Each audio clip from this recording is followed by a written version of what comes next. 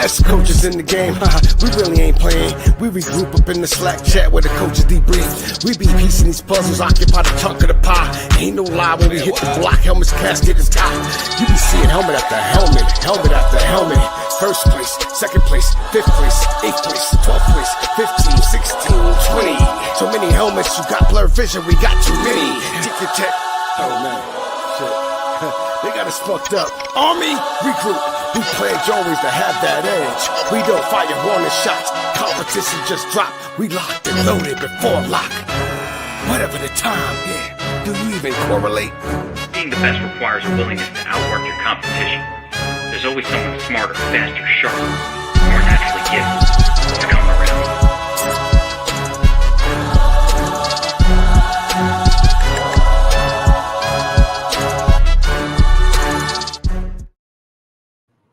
What is up, DFS Army? This is FantasyFling. We're here for Best Ball and Brews, another show. I couldn't start the show without that intro. That intro gets me fired up. That means football is back. We got preseason DFS. We got so much football right now for best ball teams, preseason DFS. Week 1, first look has already dropped, so we're ready. We're back. Best Ball and Brews. Get your brews ready, and we're going to attack the eliminator a little bit today. So I want to start. What's up? What's up, Tattoo? What is up, Dixon? I'll let everyone get a chance to get in here real quick. But I want to start with the eliminator because the eliminator is basically it's a head-to-head. It's a 50-50 the first week, and then it's a head-to-head. So this is cash game strategy. So when you're sitting there on a Sunday morning or on Saturday and you start strategizing about how to attack the slate, really, what you're going to do first is think, well, what is the field doing? Where is all the chalk? Who are the best plays? Who are the most obvious plays? And we're just going to play them in cash because you're only trying to beat half the field. But once we get into GPPs, that's where our mind starts to shift. So what is the field doing? How can we get different with our lineup? So we're going to start with the eliminator, and then we're going to transition into the weekly winners, which is more of a large field GPP. We got Sean Hoy here. He is an eliminator guy. He actually wrote an article on the site at dfsarmy.com, how to win the eliminator. And you should definitely check this out because this is a lot of good information and it's free on the site. So head over to dfsarmy.com, how to win the eliminator on Underdog. So he's going to be drafting with us. And then Tattoo. So I'm going to do the eliminator first, and then we are going to do another draft, do the weekly winners. The weekly winners is like 85% full, so I think this is probably maybe the last week, maybe next week that we'll be able to do that draft, but we're going to do a little bit of both, and we're going to start with the eliminator. So everyone who wants to get in, this is 20-second clock, going 5, 4, 3, 2, and 1. 2 people. So hopefully everyone can get in here to the eliminator. I've been starting to hammer these drafts a little bit more. I did a lot of weekly winners. And then, I really wanted to get more into the eliminator because each week after the first week, 50% of the field is eliminated. And then it's just a series of head-to-heads all the way until the end of week 17. Pays $200K to first. So it's a really fun contest. The fact that you can basically have cash game strategy, you can get in the money after a few weeks, but then really have a shot to take down $200K. I mean, hey, that's basically what it is. Some people are going to get eliminated in the elimination chamber, like, I don't know, sneaking in a chair and getting a chair to the face. So Drago got in here. I don't know that anyone else got in here, but that's fine. We will see them in the next one. So we're starting 5th, and this is going to come up real quick. It comes up in 7 seconds. So one thing I want to kind of reiterate that I talked about a little bit last week, we kind of want to avoid some traps. So we want to avoid teams that are really just kind of being overdrafted, players that are being overdrafted. when we look at like the Raiders, like Gentry and Brock Bowers, I'm not really sure this is the contest for those guys. In fact, we'll get into this in a little bit as we, start to draft. But I think in all basketball formats, and specifically in eliminator type format, where you're really trying to play close to the mean expectation, the median, as much as possible. We really want to focus on teams on good players that are likely to score a lot of points. So this is a really tough decision. I think I'm going to go Lamb here. Now, okay, Sean, you got in here. So you're at 6. That's right. Majestic Otter. I love this. So let's see what you do. Now, what I really like for this type of contest, when I think about how I'm building my cash game lineup on a Sunday, I really build it for a balanced type of build. I want an elite running back that can be in my lineup and could score touchdowns. I want an elite wide receiver, and I want a quarterback who has a good floor, who is essentially like a top 5 quarterback. And there's some we definitely want to target, but you're really trying to build a balanced team that has those options. You're trying to find value guys, some guys who are undervalued and, by the field and could play a large role, definitely are getting looks in the end zone. So we want to target those guys. And, we want good running backs, but I don't want to ignore elite wide receivers. That's kind of where I am different than Geek a little bit in this contest. I'm not starting 3 running backs because I think I'm going to be really weak at wide receiver, and touchdown equity is important as well. So, I want guys like Nico Collins, like Malik Neighbors, that are going to be targeted near the end zone. I want guys that have that touchdown equity at wide receiver, just like I do at running back. So I'm really trying to get a balanced build. In my first, 5 picks, I would love it if, 2 are running backs and 3 are wide receivers. For me, I'm avoiding the Brock Bowers. I'm avoiding the Trey McBride. And I'll tell you why. So often in cash games, you will see these guys each and every week. They will project really well, but especially on a half PPR site like Underdog Fantasy, if they don't get the touchdowns, they get, I don't know, 4, they get like 5-6 catches for like 60 yards. That's typically not enough for their price. They need the touchdown, and you'll have those weeks where you will see Trey McBride, who's 6,500, and he didn't get the touchdown, and he gets like 6-7 points. That absolutely crushes you.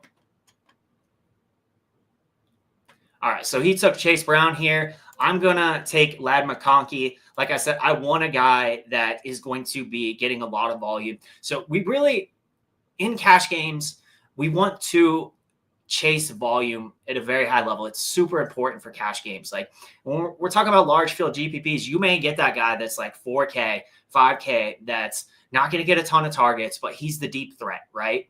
And, all you need is for him to catch 1, and he 4X's his salary, and, or 3X, 3 to 4X his salary, and get you in potentially for the nuts. But in cash games, we really want to chase volume. And both of the first picks certainly are doing that with Jahmyr Gibbs and Ladd McConkey.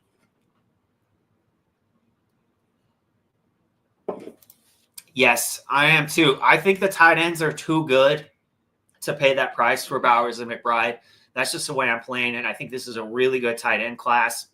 And, I love taking some shots on those guys in the 100 range. Okay, this is coming back around. We might start thinking about who we want here for our next pick.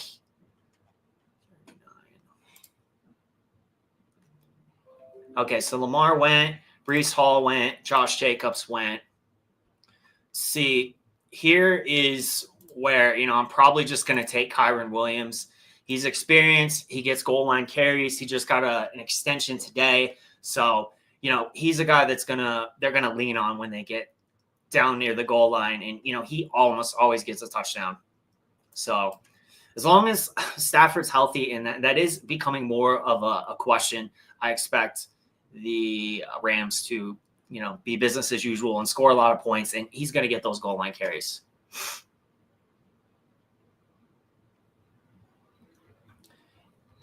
You guys are, it's funny, you guys are having a WWE conversation here in the chat. And I haven't watched since the Attitude Era. But I loved the Attitude Era. DX, The Rock, Stone Cold. It was the best time. All right, so Sean here, Majestic Otter started with Lamb, Chase Brown, and Marvin Harrison. I do like that start, specifically your first two picks.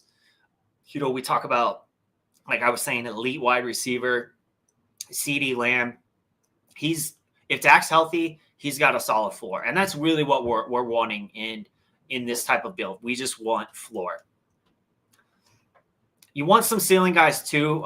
You know, you get those guys like Lamb, of course, like Gibbs, you know, a lot of these guys in the first round, they provide, not only do they provide floor, but they also provide ceiling for when you have those down weeks from, you know, your Kyron Williams, for example.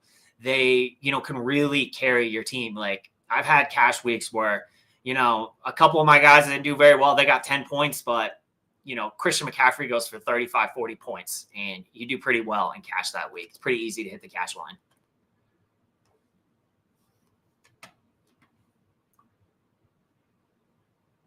Drago started Nico Collins, Jonathan Taylor, Jaden Daniels, JSN. So we will see if my guy that I want makes it back to me. He did not. I'm telling you guys, Jalen Hurts is the cheat code. I teased it a little bit on X today. Jalen Hurts is the cheat code. So I'm going to take Tet McMillan here. I think he's going to get fed a lot of volume. I have to definitely be cognizant of bye weeks. I got Kyron and Jahmyr Gibbs on a bye. So, you know, I will not take another running back with a week 8 bye. And really should think about not taking another wide receiver with a week 8 bye as well. But Jalen Hurts is a cheat code. Now, one of the things that we do look for when we're building a DFS cash lineup is a quarterback with a good floor. Now, Jalen Hurts certainly has that. Josh Allen has that. Lamar Jackson, believe it or not, does not have as solid of a floor as Josh Allen and Jalen Hurts. Lamar Jackson he'll definitely have more down weeks than those two, but his ceiling is just as high, of course. So Jalen Hurts, I think, is really undervalued right now, and I kind of knew he wouldn't make it back to me, but I thought it was definitely too early to take him here at 5.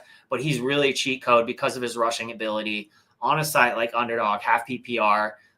That's very much a cheat code at quarterback. But I do think there's some guys later on in the draft that I can pair a few of them together that I get that same kind of floor with the Jalen Hurts. The thing about Jalen Hurts, though, is when you take him, you don't need to take one of these other guys.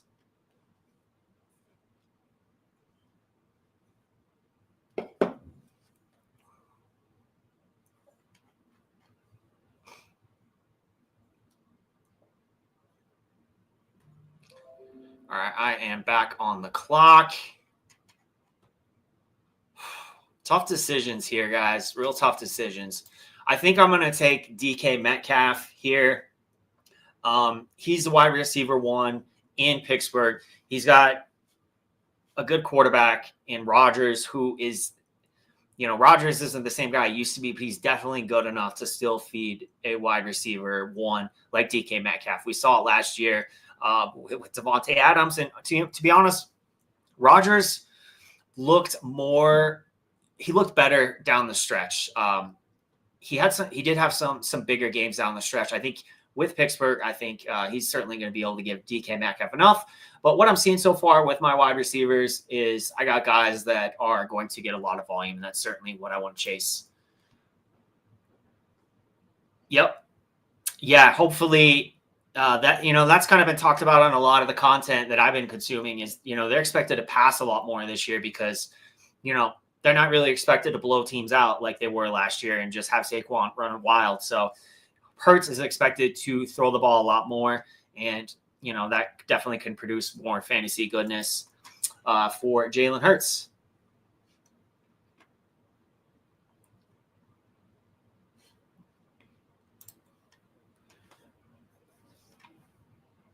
All right, probably need to start looking at another running back here. I mean, there's still some good wide receivers. So if a running back that I want is there, I'll take him. If not, I'm not going to force it. I really don't like this range of running backs, but we'll see. Okay. Maybe.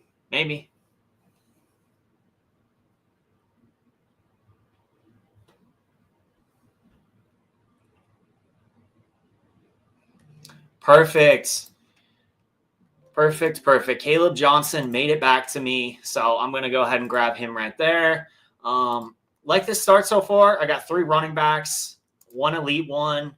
Kyron Williams is no slappy either, I'll tell you that.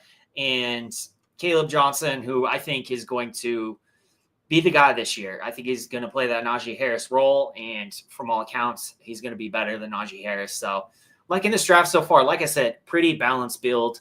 And, and then we've got to start looking at maybe, what kind of quarterbacks are we going to take? Where can we get them? We're in this range where, I probably will be looking to double tap quarterback. There's some guys that I've definitely spotted and targeted.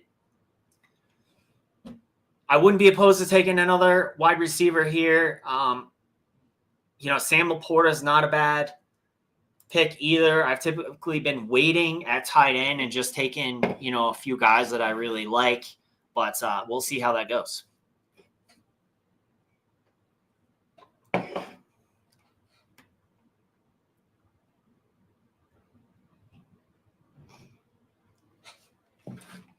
All right. So it went Jones, Golden, Jacoby Myers, Ricky Pearsall. So I want to take Sam Laporta. I really don't. I think I'm going to take – I really don't like the range of wide receivers after this. So I think I'm going to take him Egbuka right there and leave wide receiver alone for a while. So I got Egbuka is a guy that I expect to play a lot at the beginning of the year with Chris Godwin, slowly ramping up, might not be ready for week 1. So we're really trying to get into the money here, and I certainly think I have a good enough start to do it. Of course, we got to start figuring out quarterback. We got to start figuring out tight end. By week 8, I'll be in the money, but I really need to get some running backs that I like that could potentially have a big role by week 8. So that, that's something we're going to look to target as well. 7 picks away. Let's see what Sean's doing. I like the Worthy pick. Love it, actually. I think, I wouldn't have liked Worthy in this format before the Rashee Rice news, but now that we know he's going to be suspended, I love Worthy in this format. You got 2 starters here with DeAndre Swift and Brian Robinson. So I like that start for you. Let's see Drago's team, Collins, JT, Jaden Daniels. So I like the quarterback, like the running back, wide receiver, JSN, going to get a lot of volume. Montgomery, goal line carries. Jordan Mason looking like he's going to be in a split. Went ahead and got his tight end with TJ Hawkinson. So, yeah, I like that start for Drago as well.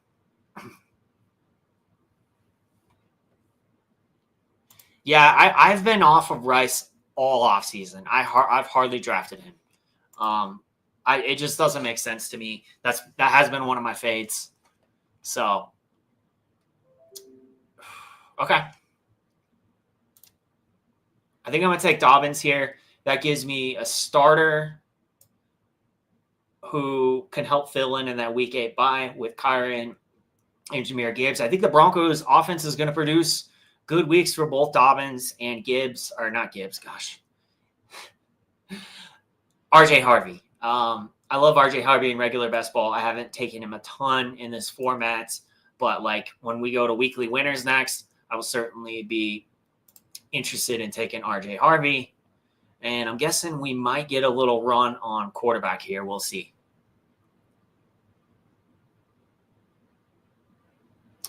Yeah, I think Mahomes is going to have a good year this year. I think he's, kind of primed for a bounce back. But it does worry me a little bit if Rashee Rice is out 6 games and we don't get a good Kelsey during those games, that it might be a slower start for Mahomes. But I think by the end of the year, he'll definitely, be a guy that we're wanting to target in DFS.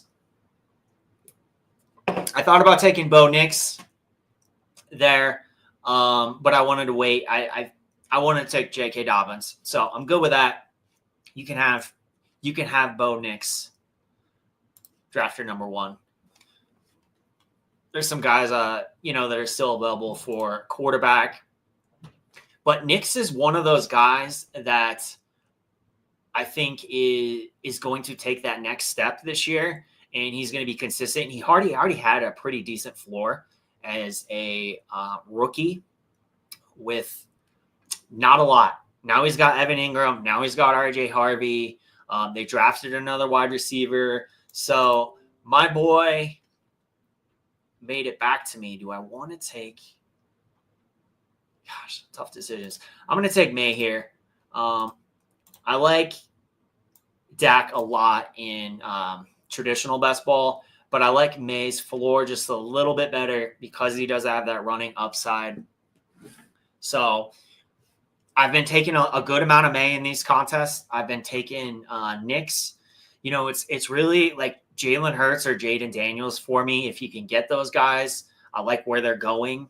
I think, that's kind of the cheat code you need, guys that rush a good amount. And then if you can't, then I'm looking to get, a combination of like Knicks and May. If you can double tap them, great. There's definitely some other quarterbacks that, we're going to see here on the board that I really like in this range. And, one thing you do have to think about in best ball versus when you build a cash game on Sunday, sure, you may not, if you're pairing Drake May to Jalen Hurts, just a 1-versus-1 comparison, Jalen Hurts is going to have the more consistent floor.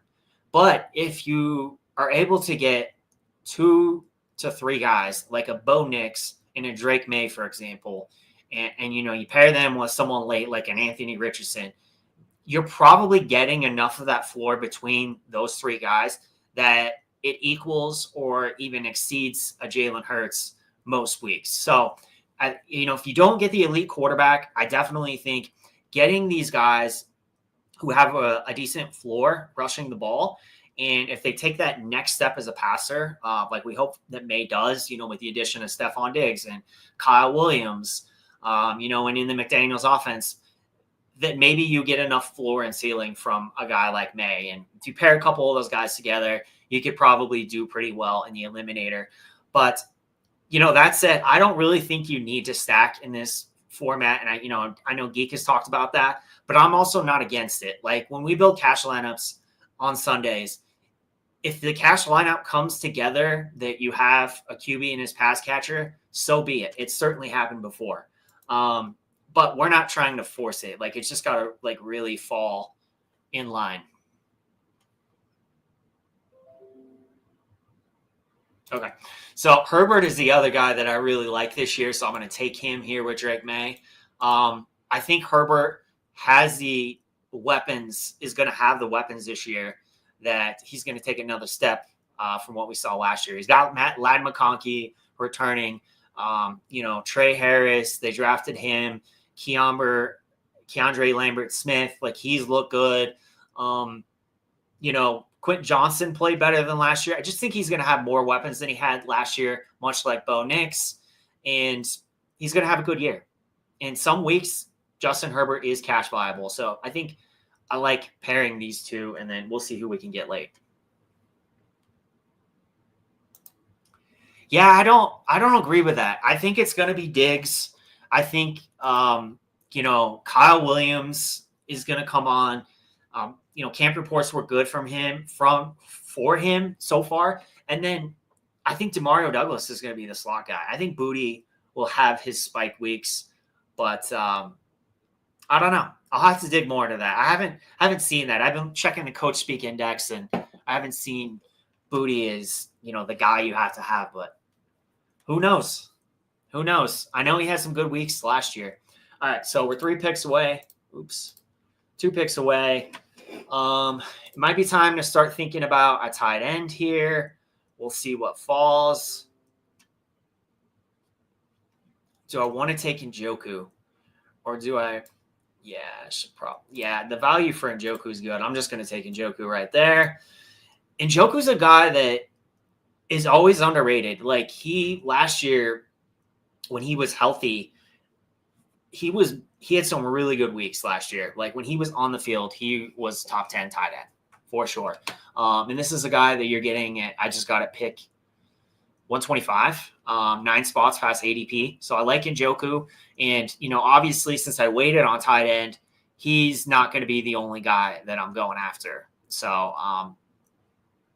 there are other options in this range. I like Goddard.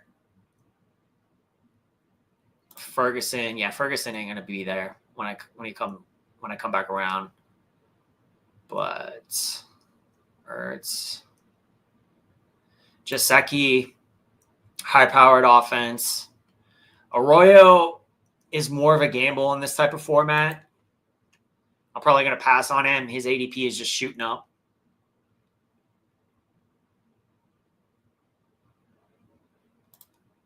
All right. Well, thanks for the heads up. I appreciate that.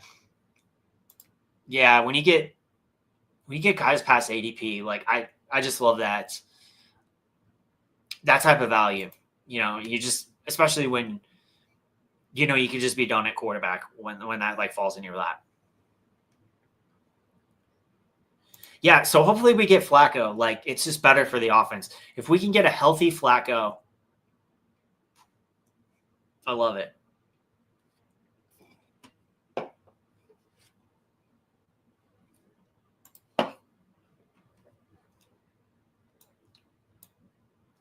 All right, so we got 4 backs. We got 4 wide receivers. We could take another wide receiver here. It might be a little early. I don't love the range. Could probably use another tight end. We'll see how it goes. See, when I say that I don't like taking Brock Bowers and Trey McBride in this format, like I just got David Njoku and Jake Ferguson back to back. In what round are we in? In rounds 11 and 12. So like between these two, I feel like I'm gonna have a good enough floor for cash games.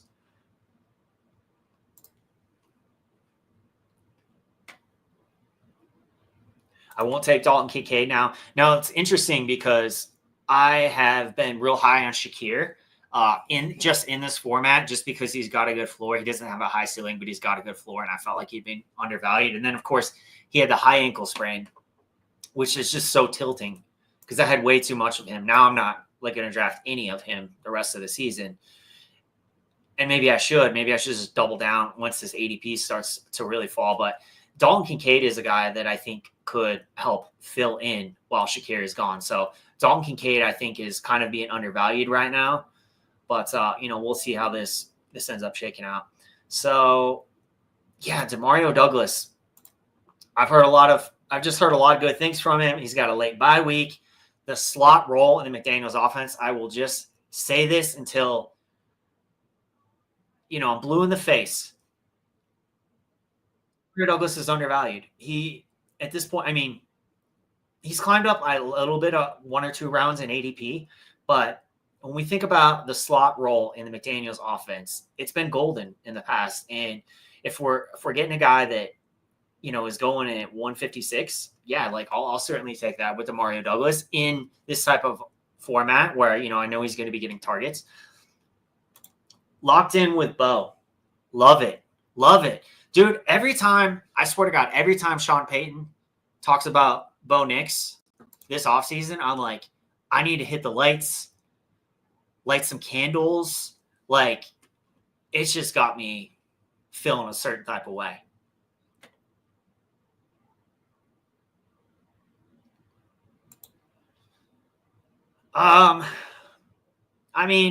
It's not super big. The thing is that I will say about this is I a long time ago from one of the guys at Football Guys. Shout out to Football Guys, because the first time I ever paid for a subscription was from Football Guys, and it really like changed my whole mindset of how I thought about redraft for fantasy football. And the way they would draft, the way that you were taught to attack your league draft was don't love anyone, don't hate anyone, just look at getting value. So there are some people that I may not like. I may not think they're going to do very well, some players. But if they fall far enough in the draft, like, yeah, I'll take him in that draft for sure.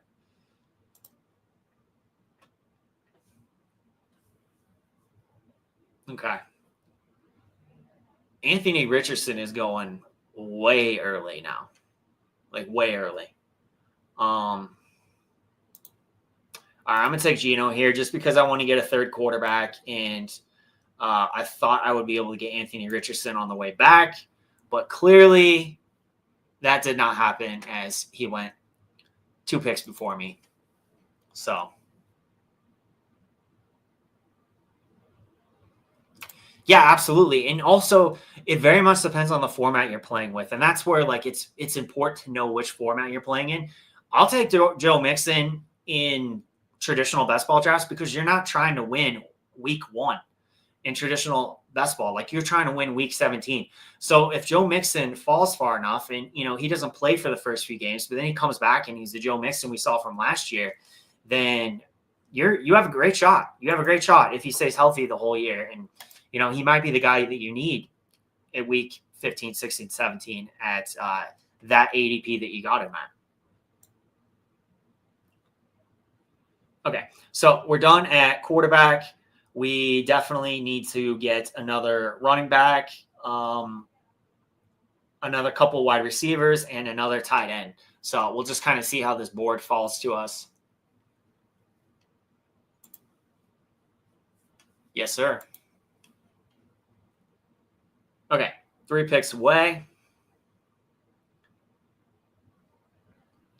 And, by the way, guys, if you're here, you like this kind of content, hit that like button. And, if you've never been to the channel before, make sure you subscribe, because we go live a lot, breaking down content, doing these live drafts. And let me make this pick. And I got a big announcement, actually. It's off here.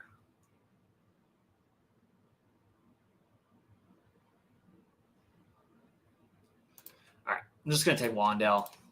I think it's a good floor with him. He's going to get targeted a decent amount, and he's got a late buy, which is great. So next week on Best Ball and Brews, I'm going to have Matthew Betts on from the Fantasy Footballers. Been listening to his content for a while over there, so I'm excited to have Matthew Betts on. That's going to be a really fun show. I'm excited to pick his brain and just chop it up and draft the team. How we doing, Fact 74? You going to be in this next draft with us? Okay, so need to get another running back here shortly, another tight end. Likely has been dropping a little bit, and, he would be a guy that I would consider taking as my third tight end, knowing that I got some pretty good tight ends in Njoku and Ferguson, and, I won't need likely for week 1. But if he comes on, after a couple weeks, and specifically if Mark Andrews continues his decline, then, really we can get likely in a great role where, he could provide that type of that value that I need, where he has these spike weeks, and suddenly your tight end that you drafted in, I don't know, the 16th round is helping you win your head-to-heads in this type of contest. Yeah, he's very sharp and concise in his points. He's got a good voice for podcasting. Big fan of his. So we are drafting the weekly winners next. So this contest is more of a DFS style contest that we're going to get into next, the weekly winners. So I've been focusing on that one, especially because it feels pretty quickly. It's going to feel here in the next week or so. So maybe we'll get in another draft next week with that. And if we can, great. I'm trying to get 50 of those in. If not, we'll go on to BBM. All right. You know what? He made it back to me. I'm just going to take him. I got to do it. I got to do it for the brand. Pat Bryant. Locked in with Bo. Where we at? Pat Bryant. Did you know Pat Bryant made a move on Patrick Surtain in camp yesterday and scored a touchdown?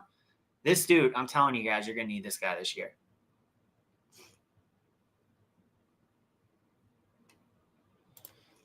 I've got great news for you. We have an article on the site on dfsarmy.com that specifically tells you how to attack the weekly winners. I've looked at the past 2 years, seen the winning trends, and we are going to talk through that on the next draft as we get into the weekly winners. All right. 5 picks away, so likely went 1 pick before me. Sean Hoy, how dare you, bro? I talk about likely, and then you take him in. And what is this 4 tight ends? What are we doing here? Okay.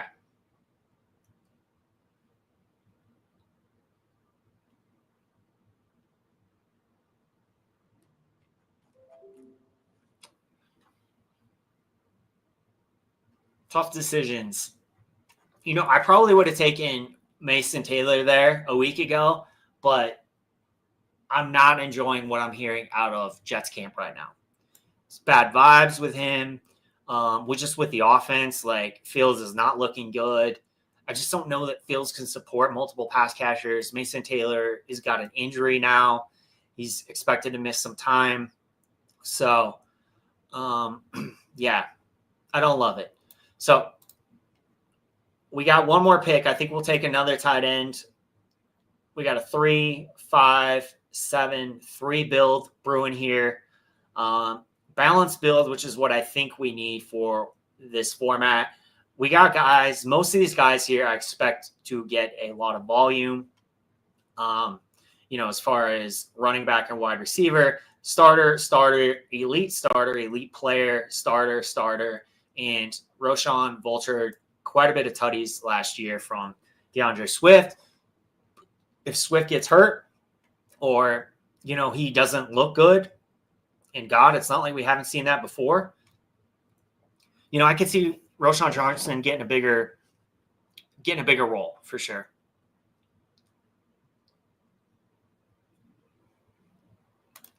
I respect it. Hey, 4 tight end, if you wait till the 12th round, to take your first one, like, yeah, I'm about it.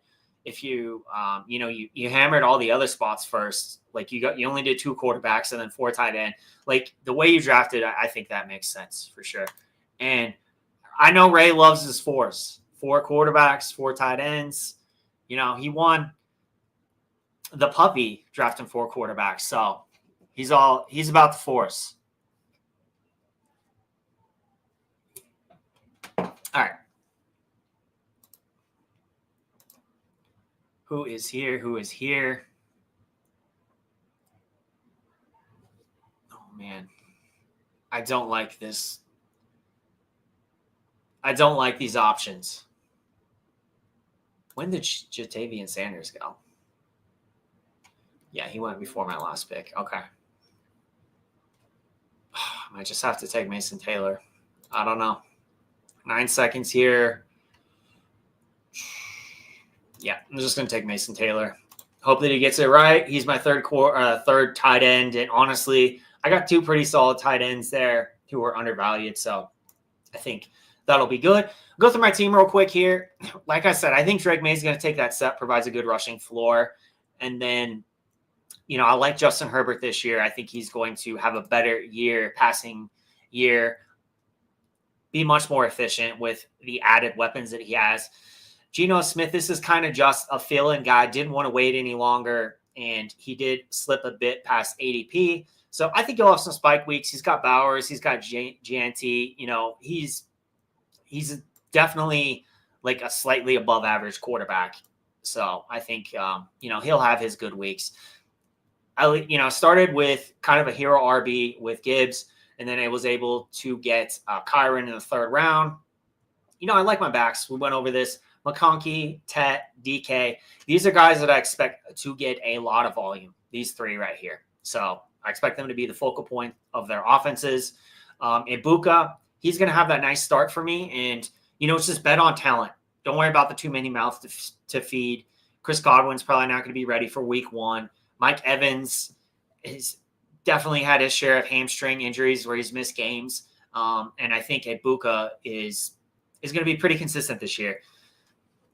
And then these are guys that are just, I expect to get a decent amount of volume. I do think Pat Bryant could be the wide receiver 2 in Denver offense. So that was a guy that I thought about taking when I took Wandell, and he was still there at 188. So gladly took him. And I like Njoku and Ferguson.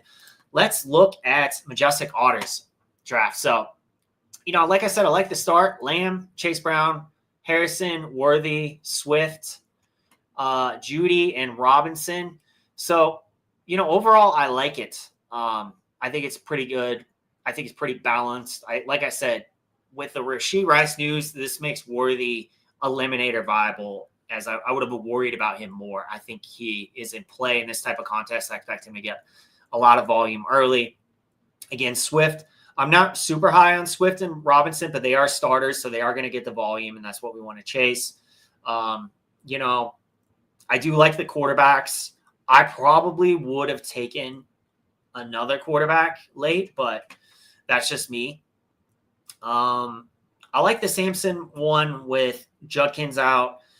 And then, honestly, I do like your tight ends that you chose. I feel like Likely is a really good value there. And I've been all on Taj Brooks this year as that guy that if Chase Brown gets hurt, he could be the elite winner. I've got a lot of him. So I like that pick. And, kind of like with RJ Harvey and, J.K. Dobbins, I do think that where you got Taj Brooks, he might have some spike weeks where, he comes in as, the goal line back and some looks and gets some tutties and vultures Chase Brown. And you don't get crushed that week because you had Chase Brown. I like it more in this format than I do in the BBM 5, for example. So let's look at Drago's draft. Went over these early picks. Really like these guys early. I like the Hawkinson pick.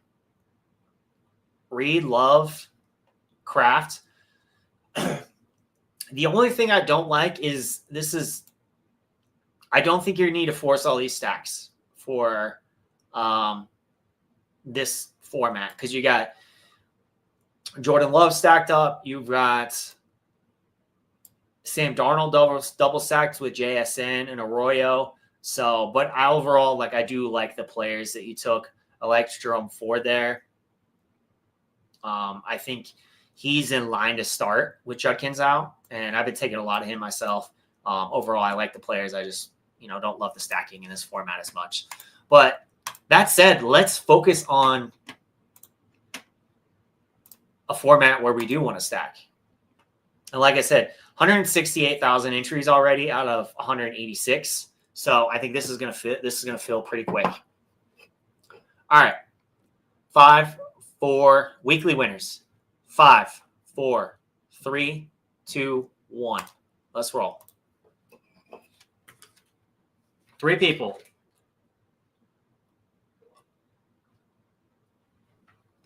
Now the weekly winners. We had some questions about the weekly winners. I think it was Locked in Bo, maybe. All right, you're going to get in the next one, Mert. I know you're playing the weekly winners too. You'd ask me some questions about it. So, first and foremost, I'm picking 8. And I don't know who got in here. So, if you made it in here, let me know. Now, first and foremost, the weekly winners. This is an ultimate large field GPP. It's 186,000 entries. You're drafting your team to compete each week for the top spot of 20K. So week 1, it pays out 20K. Week 2, it pays out 20K, so on and so forth. Second place pays out 10K. So it's still, good even if you don't bank. You get like 5,000 in like third place. So, all right, you're at 6. Awesome. So the weekly winners is a large field GPP. It's basically a DFS contest. It's going to pay the highest score each week of the season. So what has worked in this contest over the past 2 years is at least having one running back in your first 5 picks. Most of the teams had one running back in the first 5 picks, 2 to 3 wide receivers in the first 5 picks. So you want to focus on wide receivers early, but you at least want to get one of the top running backs if you can. Now, about half of the teams that won actually had 2 running backs on the first 5 picks. So the same can be said for wide receivers. Half the teams that won had 2 running backs and 2 wide receivers on the first 5 picks.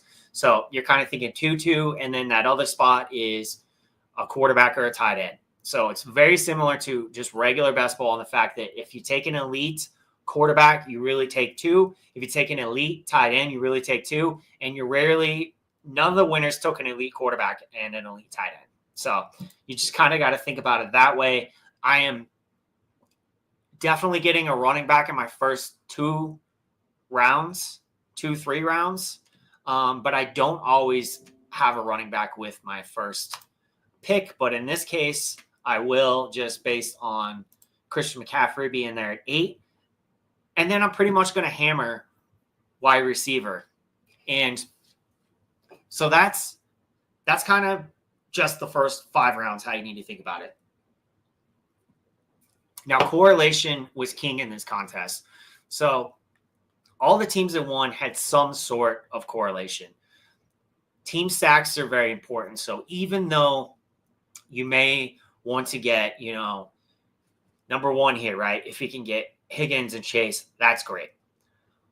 But you still want to put in other correlation in that lineup. So you want to think of it like, okay, maybe I can get, RJ Harvey and Evan Ingram, right? So you just want to bet on teams like you would in traditional best ball, and you want to correlate them very well. Wow, I did not expect to get Nico Collins here at 12, but or at 17 rather. His ADP is 12. I will eat that up all day. I'm sorry. I'm sorry about that. Addison, yeah. I'm curious on that because didn't he was suspended 3 games for substance abuse.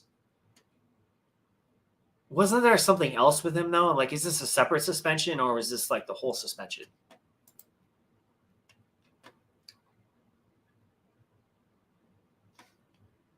So yeah, once you get, you get your teams, you start drafting players. You kind of want to think about, who are guys that I can queue up later. Maybe I do a Stroud stack with Higgins or Jalen Noel, right? Same thing with potentially with, a San Francisco stack. Now, kind of going back to this I think is more important for formats like this than it is the Eliminator. Who are some of the great value plays we can look at? And this was courtesy of Fantasy Guru Drew on X. Okay. Settlement on the driving deal. Awesome. Glad you made it in.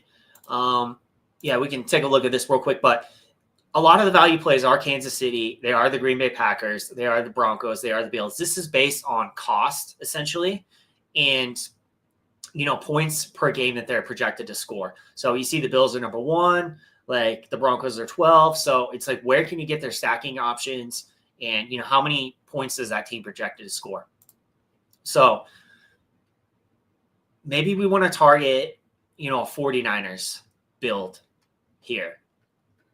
Definitely something to look at. We'll see what makes it back to me here.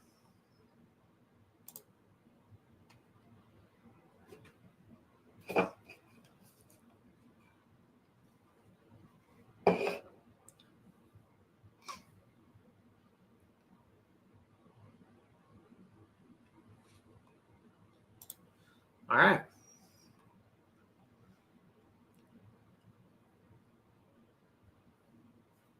All right, Fact 74. I see it now. You started Devin H. on and Bucky Irving. You're welcome, Bo. There's probably some things I forgot, so definitely check this side as well. George Kittle. I wanted to take George Kittle to do a San Fran stack. I could still do a San Fran stack without him, but it definitely makes it tougher.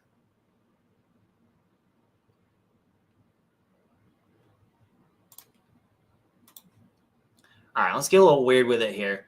So maybe I do a Kyler Murray stack. I got Marvin Harrison Jr. there.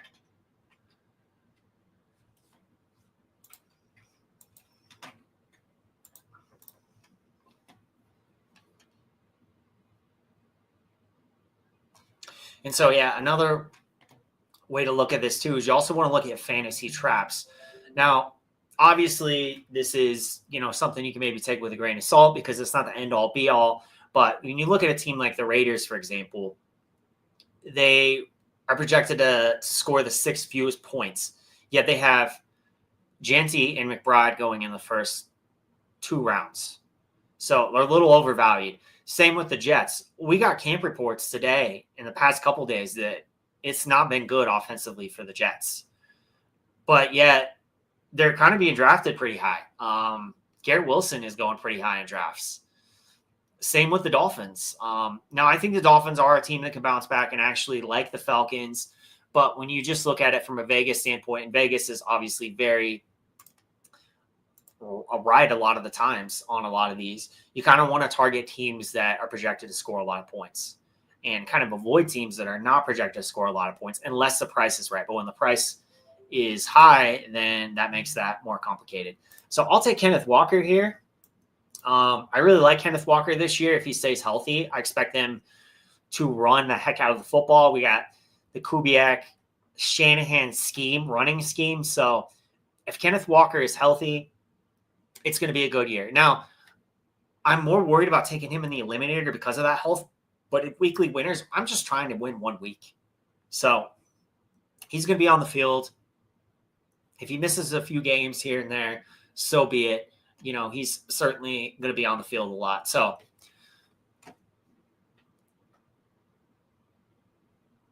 yes, I think it is okay to reach. So one of the things that me and Neil talked about when I had Neil Orfield on, who's a very sharp DFS and best ball mind, is in the weekly winners format, you were just trying to win 1 week. So he said he was more likely to really scroll down to differentiate his lineup with some guys, in these first several rounds, essentially. So yeah, it's okay to reach. I'm not suggesting reaching on every pick because I think overall your expected value is going to be lower if you're taking a bunch of guys past ADP. But if you just want to get a guy to make your stack work and, you're really bullish on that guy and you're differentiate your lineup, then I think that makes a lot of sense for sure.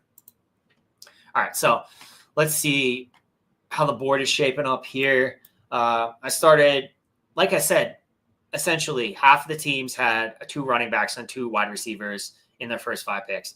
I like the guys we got: Christian McCaffrey, Kenneth Walker, Nico, and Marvin. I'm more likely to kind of leave running back alone a little bit now that I got 2 guys that I think could be really good and try to hammer some of these wide receivers a little bit. So 3 picks away. Pickens, Flowers, Tet, DK just went.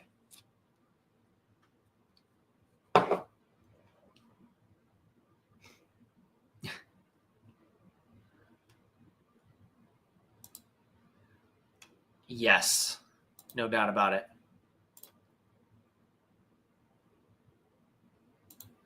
Ray, how many drafts are you doing this year? I always admire your dedication. You're on every stream drafting. And I know you won the puppy last year, and I know you play a lot of volume, so I'm curious just how much.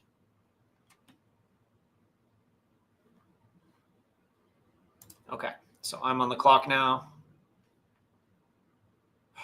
Okay. I'm going to take Travis Hunter. I think Travis Hunter is undervalued. I think he's going to have some spike weeks, he's in a sensational talent. Okay. And they're saying he's going to play 80% of the offensive snaps. That's enough. Like, the question is Trevor Lawrence going to be good enough this year to support 2 wide receivers? Like, that is the question. Is Trevor Lawrence just ass, or is he going to be good enough to support both of these guys? Regardless, in this format, I'm just trying to win 1 week. So if he's good enough 1 week to support Travis Hunter, like, I will take that. Yeah, same thing. So that's another strategy as well. And honestly, as this closes out, I might do a few more of just trying to get. Let me get my team here real quick, and I'll get back to this point. Oof, some tough decisions. All right, I'm going to take RJ Harvey here.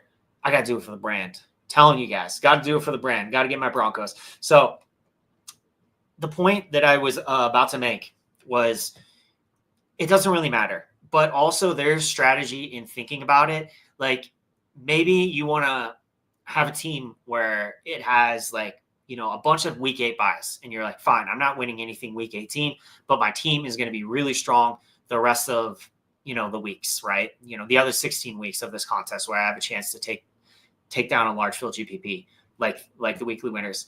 Or you can actually build a team. And I've done a few of these lineups, a few of these drafts where you just draft players that have no week 8 buys. So you're setting yourself up to maybe attack that week, because week 8 is actually a heavy bye week, as you're seeing. Marvin Harrison is out that game. I want to say the Lions have a week 8 bye as well. The Jaguars. So you're getting a lot of firepower that's out that week. So there is possibly, some good expected value if you did draft several teams that had, no week 8 bye players, essentially.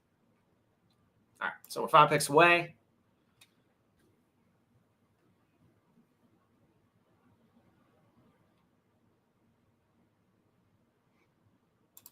Yeah, Neil's great. I love Neil too. He plays. I mean, he's obviously really sharp. He's got a lot of wins, a lot of large field GPP wins. But also, what I love about Neil is he plays spring football DFS, which I do too. So, I mean, clearly he's a football guy. How could you not be? All right. So let's see how this is shaping up here.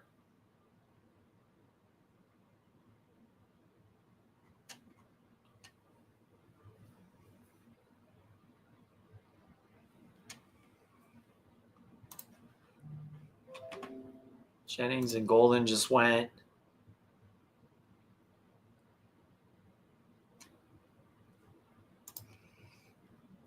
I think I'm going to take Reed and give myself another potential stacking piece. And that's a good thing about the Packers is they have a lot of guys that you can stack later on. I can get Dobbs. I can get Kraft.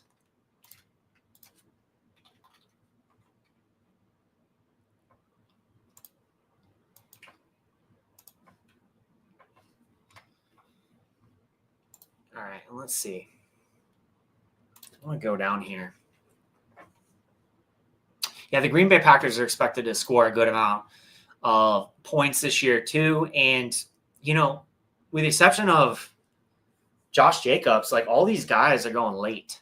So I like them as stacking options, and I haven't gotten enough love. And in the month of August, I certainly plan to change that. I don't think I'm going to take Kyler Murray. I think I'm going to wait.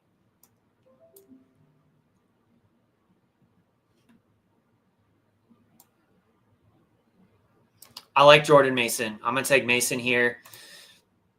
It's inevitable. Aaron Jones is going to get hurt, and we've already heard that they're going to be splitting almost 50-50. That's been some reports. They really want to lighten Aaron Jones' workload this year and get Jordan Mason involved. They traded for him. They love him, so I am with it.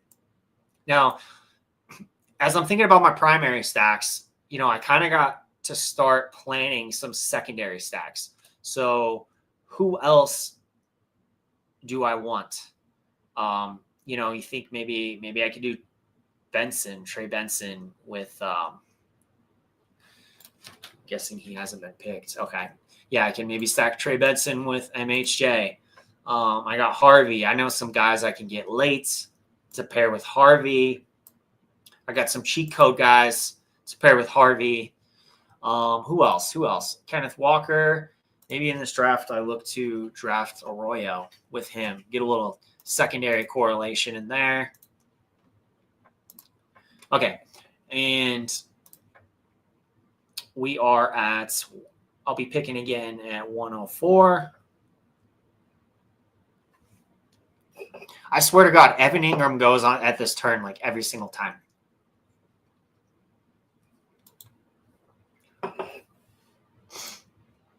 You know what I do like about it, Ray, is like you consume so much content and you think about it so much throughout the offseason, from really like free agency to the draft to just, the months between the draft and the start of preseason, that like you really have a good like feel of what you think is going to happen throughout the year. And in DFS, it's the variance is so crazy from week to week that, best ball, I think that it's just something to be said for just being sharp and just being rewarded with it. Like clearly you were in your drafts. Okay. Well, tough decision here. I'm in on Warren this year. I think he's going to have some good weeks, so I definitely am open to taking him right there where I did. We'll see if Tucker Kraft comes back. Not sure that he will. But also, because I took Warren, I don't really need to take Kraft right there. Maybe I'll take it. Maybe I won't.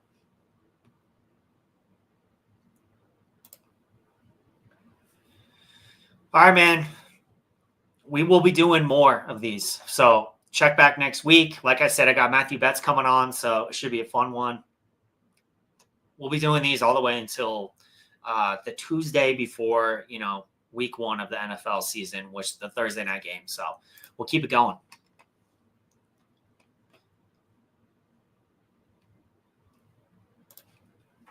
All right. So definitely need to grab a quarterback pretty soon.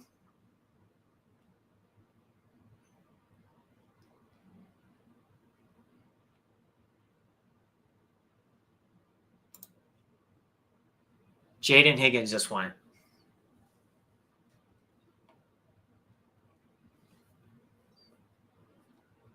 That is frustrating because I really wanted to pair him with Nico Collins, but that's probably fine.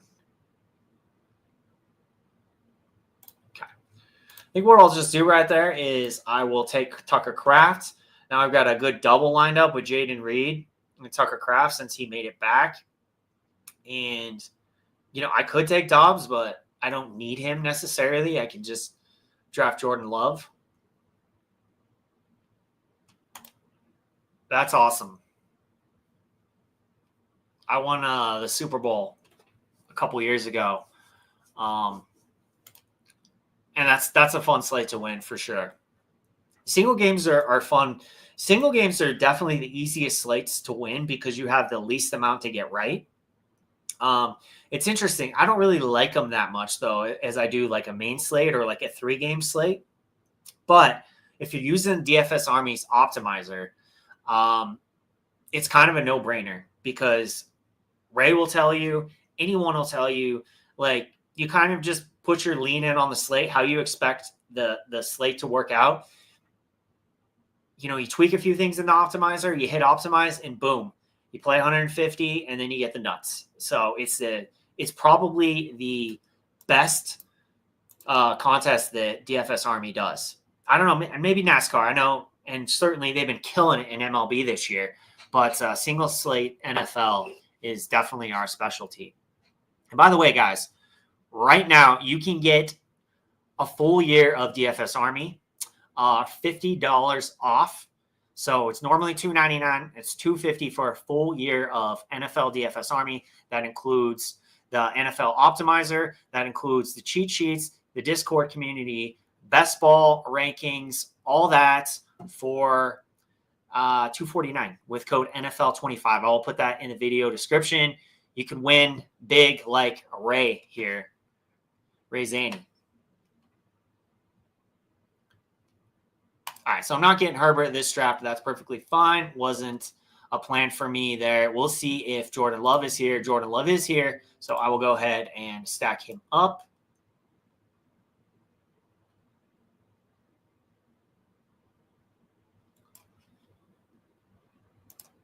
And we'll see. I might be in a spot where I can double tap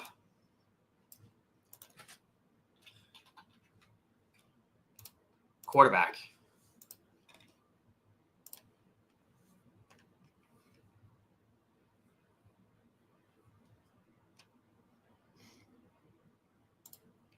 There you go. Yeah, that's the thing. It's funny. It's funny, Ray. You could probably attest to this.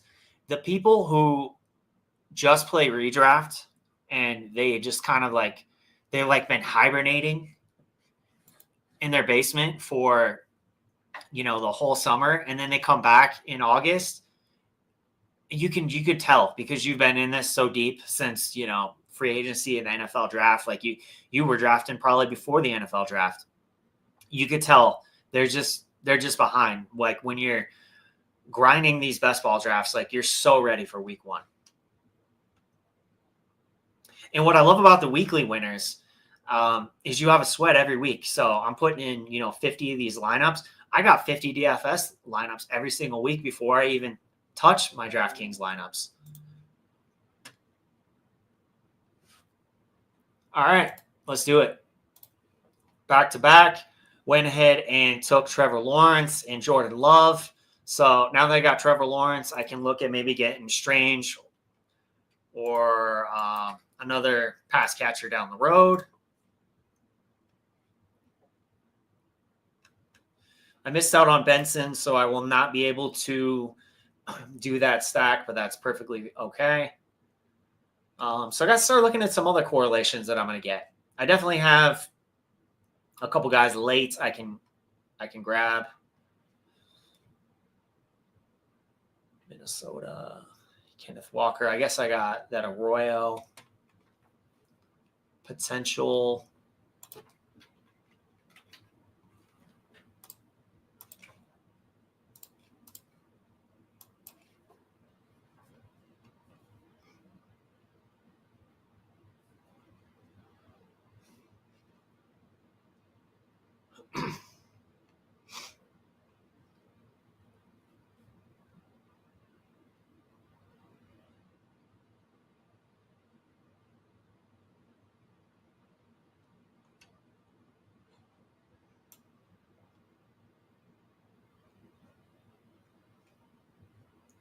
Definitely got to take another wide receiver shortly.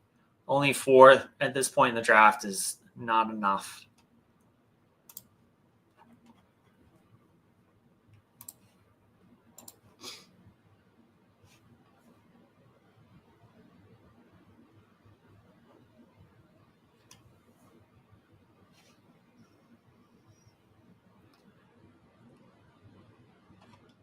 All right, Cedric Tillman went there, which kind of sucks.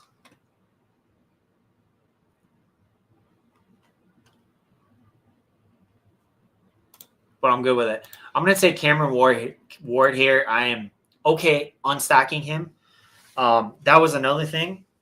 We looked at weekly winners. 17% of the teams did have a quarterback unstacked, and it was always a running quarterback. So if you get a guy like Cam Ward late, you didn't get Ridley, you don't really like any of his other pass catchers, you don't even have to force it. Just let him be naked. So perfectly fine with just leaving that where it's at. I do like the wide receivers that I got, but I definitely need to add a few more.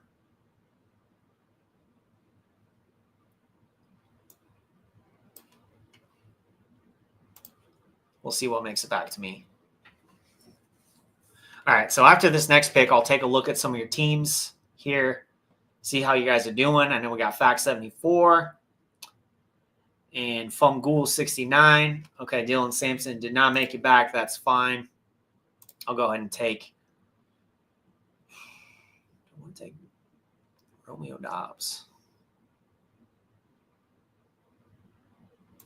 You know what? Yeah, I'll take Dobbs. Well, I timed out. I took Romeo Dobbs, so that'll work. So, Fact 74, we got Devin H. on, Bucky Irving. So, love the start here. Love the ceiling with those guys. Garrett Wilson, JSN, Calvin Ridley, Jacoby Myers. I really like especially the JSN Calvin Ridley. And honestly, in this format, I like Garrett Wilson too, because I do think he will have big weeks. I just don't think they'll be as frequent as enough as I would like with, where he's going in the third round with Justin Fields at quarterback. But I think we'll have the big weeks. I like the Myers, Dobbins pick. So, yeah, overall, this is pretty good. However, you do have Dak unstacked from what I'm seeing here. I don't love that. Not without Pickens or Lamb. I wouldn't do that stack. You got May with Demario Douglas. I like that. And then you got CJ Stroud unstacked at this point. So I would just say if you're doing pocket passers like Dak and CJ Stroud, you really want to stack them. Guys like Drake May, you don't need to stack him as much. You definitely don't need to stack Cam Ward. You don't need to stack Justin Fields. You don't need to stack Anthony Richardson, kind of so on and so forth. So let me go through my next pick and then a couple picks, and we'll look at your lineup, Fumghoul.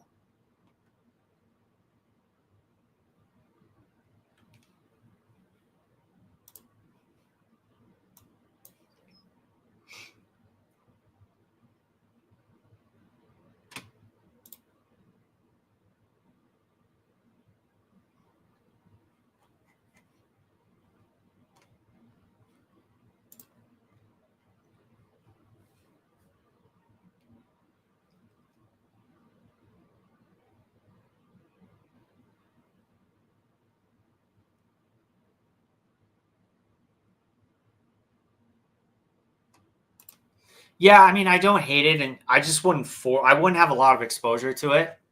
Chig, I like if you got two tight ends and you want to get one late. Lockett, yeah, I mean, get some Lockett. I just wouldn't have a ton. I wouldn't be like way over the field on it or anything. So yeah, that would just be my advice there. All right, so I got Arroyo here to have a secondary correlation with Kenneth Walker. So I was able to get that. That's good. I got 5 wide receivers. I need to get a couple more. I definitely need to get another back. I think that I got good backs overall that I probably just need one more max. And yeah, we'll see. We'll see if he's there.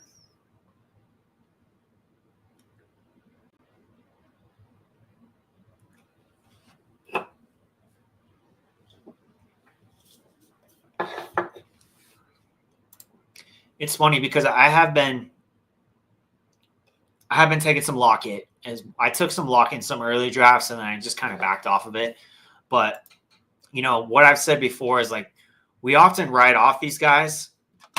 Dude, Ja'Cory Crockett, Krosky Merritt is just going earlier and earlier in drafts. Like I can't get a read on it. Like I thought I'd get him there, which should have been 10 spots above ADP. No, didn't matter.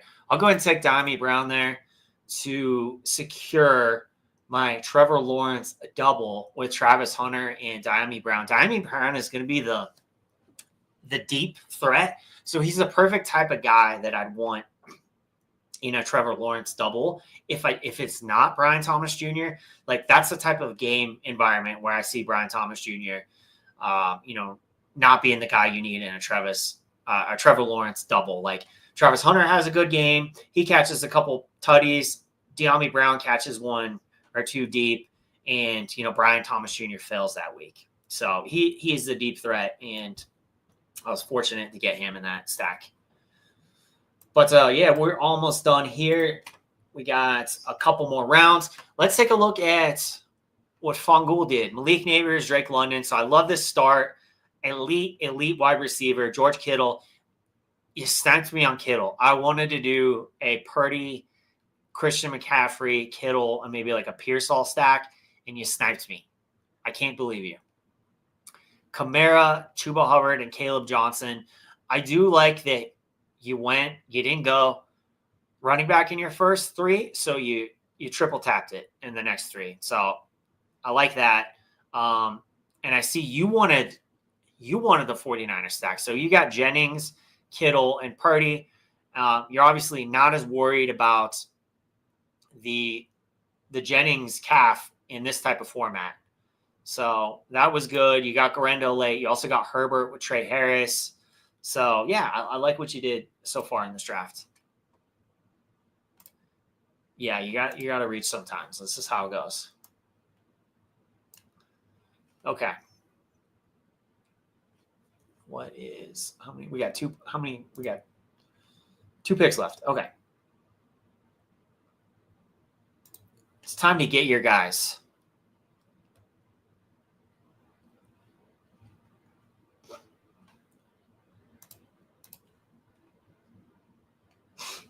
I like the Keandre Lambert-Smith pick.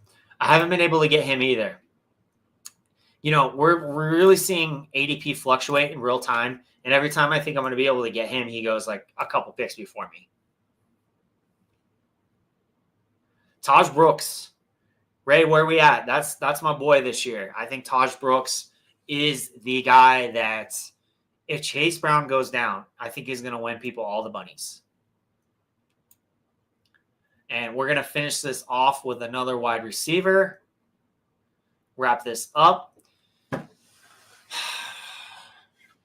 Troy Franklin was going to be my last pick. I thought he'd be there. He was not there. I didn't even queue him up because I knew someone would snipe me. That's fine.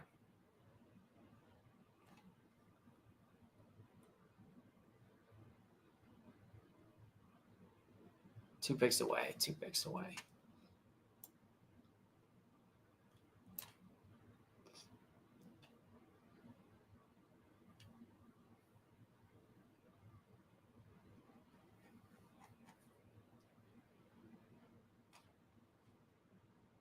All right.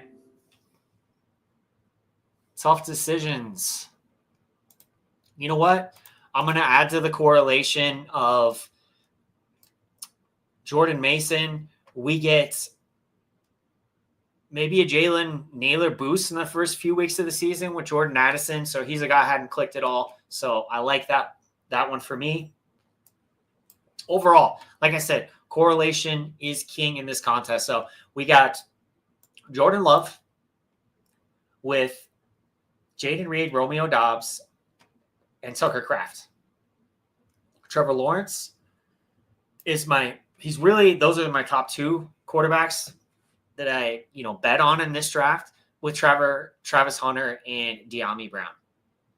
And like I said, Cam Ward is a guy that you could just run unstacked. I didn't get Ridley, so I was perfectly fine just avoiding the other pass catchers. And I got a couple secondary stacks here with Kenneth Walker and Arroyo, and also Naylor and Jordan Mason that I just went over. Balanced build, started Christian McCaffrey, Nico Collins, Marvin Harrison, and then came back and got Kenneth Walker. So 2 and 2.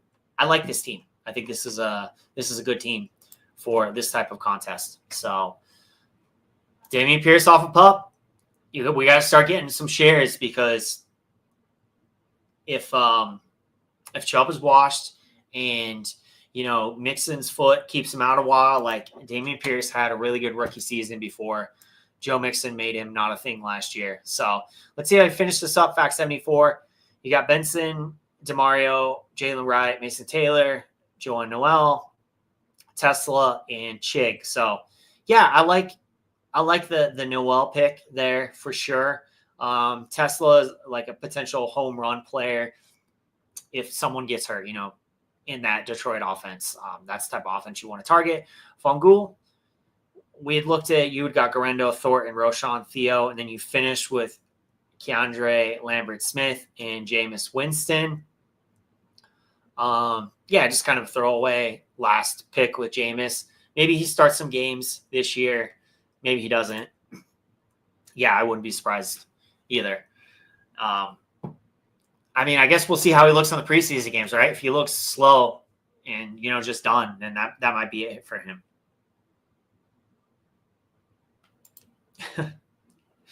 Yeah, for sure. I really hope we don't have to tilt Kareem Hunt again this year, and I hope Isaiah Pacheco is just back to form. But thanks for joining me another episode of Best Ball and Brews, guys. Again, if you like this kind of content, hit that like button. Let us know if you want to get in on DFS Army's, 20 NFL 25 promo code for $50 off for the full year. Don't worry about paying it month to month. You can just pay it up front for the full year, $50 off. Use code NFL25. I got that in the video description. Again, Ray told you in the chat how much he's won. Lots of other winners. You can check the wall of champions on dfsarmy.com. We got a lot of them, and we will have more this year, of course. And that'll get you access to industry-leading optimizer. This has been proven by Daily Overlay. They actually have tested different optimizers. The coaches know it's the cheat sheets. You get hot takes from people like Bobby Wow. They're hot takes, and then he nails them all the time. 2-time Millie Maker winner, and, of course, access to the Discord community as well. So now's the time to join us. Football is here. You can get access to the best ball rankings, hammer some best ball drafts, win some money in NFL preseason DFS, and then get ready for week 1. That's going to do it for this episode. We will see you next week. Like I said, guys, I got Matthew Betts from Fantasy Footballers coming on next week, so you don't want to miss that. We'll see you next week.